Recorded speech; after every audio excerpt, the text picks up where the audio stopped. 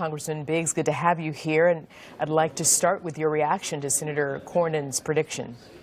Hi, Arthel. Thanks for having me. Well, I'll tell you, I am a little bit pessimistic as well. We're hanging on here.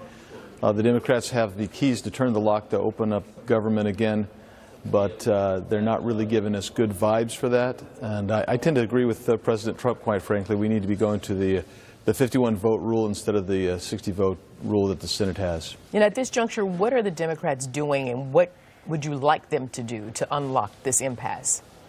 Well, they're trying to force in a very tangential policy, the DACA, the amnesty for the illegal aliens, and force that into the budget. And that is just not where it belongs. It doesn't belong in the CR. People have been having discussions and negotiations for weeks outside of it, and then here they come the last minute, they try to pigeonhole that in there, and as a result, they say, we're going to stay off, even though they don't object to anything else that's in that CR. And do you think, Congressman Biggs, that there is the trust present that you or whomever else, other lawmakers, some from the Senate, could say, listen to the Democrats, let's put the DACA into a separate bill, let's make a clean vote on spending, and we will come back to this and look at this in earnest and consider what it is that you would like to have done for the Dreamers? Well, you know, trust is always a tenuous item, and it's based on past experience. And I will just tell you that I've seen 4 different versions of different plans for DACA bill, but the Democrats who are demanding DACA be brought into this issue, they haven't even produced their own plan or a bill. And that's part of their problem. They need to just stay off, stand down, and let's open government up again. Word from the administration is that President Trump is working the phones, he's holding strategy meetings, doing his part to try to end the shutdown. Do you feel that you're getting substantial and clear guidance from President Trump? Yeah, I think so. I think he's made it pretty clear where he is, that DACA and illegal immigration is going to be something outside of the CR, and that we need to take care of our military personnel. We need to take care of the essential services for people all over this country who depend on the federal government in one aspect or another.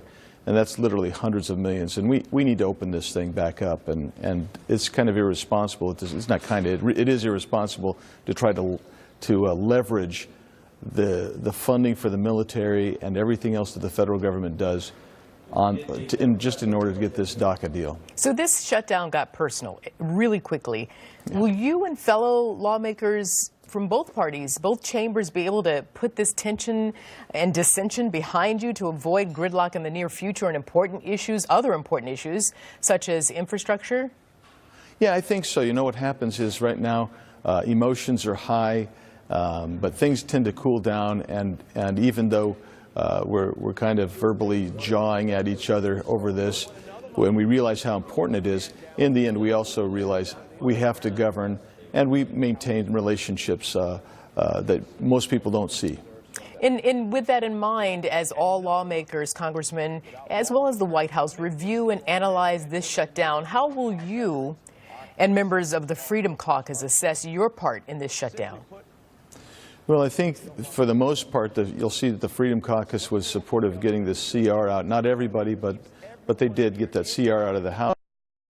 I think the bigger problem that you have here is we've got a budget bill that's been sitting in the Senate for 4 months now, waiting for the Senate to act. That's a long-term, full-year funding. And if they would have acted, we wouldn't have been doing our 4th CR in 4 months, looking at a 5th CR in just a few weeks. This is a problem. We need to do a full-year funding.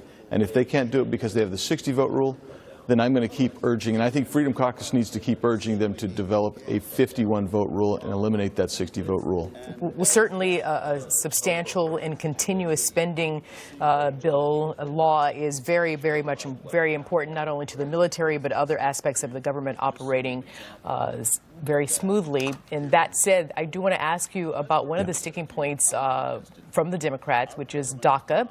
Where do you stand on DACA? Well, I campaigned against DACA. I've always been against DACA. But let me just tell you something. We're not talking DACA now. We're talking actually a DREAM Act. That's what people are moving for. I haven't seen a single plan that isn't amnesty, including people who support it. These different plans are saying, yeah, it's an amnesty. It's a path to amnesty. And that's not what I ran on.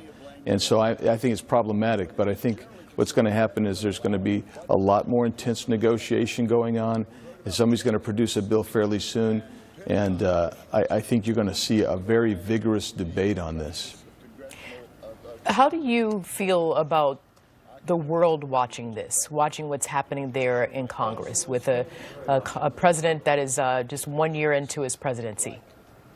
Well, I think that the world looks at the U.S. as the leader of the free world, always has, and I hope that we give them reason to always look at that. But what you see is, in a constitutional republic, there is a push-me-pull-you that goes on. We're not the only republic or a democratic form of government where you have these kinds of very vigorous fights.